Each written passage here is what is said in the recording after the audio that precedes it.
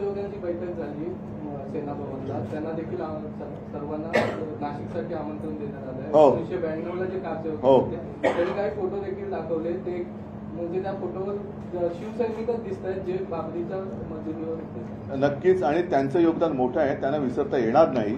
त्याच्यामध्ये अनेक कारसेवक आता दुर्दैवाने आपल्यामध्ये नाहीयेत, पण सुदैवाने जे आपल्यामध्ये आहेत त्यांचा तो गौरव आहे. कारण त्यांनी जर का ते धाडस केलं नसतं तर आजचं राम मंदिर झालं नसतं. कारण आज ते ज्या काय घुमटावरती झेंडे लावणारे आहेत ते चढू शकले नसते जर हे तेव्हा घुमटावरती बाबरीच्या चढले नसते तर. त्याच्यामुळे झेंडे लावायला अनेक येतात, पण जेव्हा लढण्याची वेळ असते तेव्हा आपण कुठे होतात हा प्रश्न, त्याचं उत्तर कोणाकडे नाही. आज जे तिकडे झेंडे लावतात त्यांच्याकडे. उद्धवजी पंतप्रधानांनी तारीख जाहीर केली 22 तारीख आणि त्यानुसार उद्घाटन होतं आहे. पण लोकशाही मराठी ऐका, पहा, जागरूक रहा.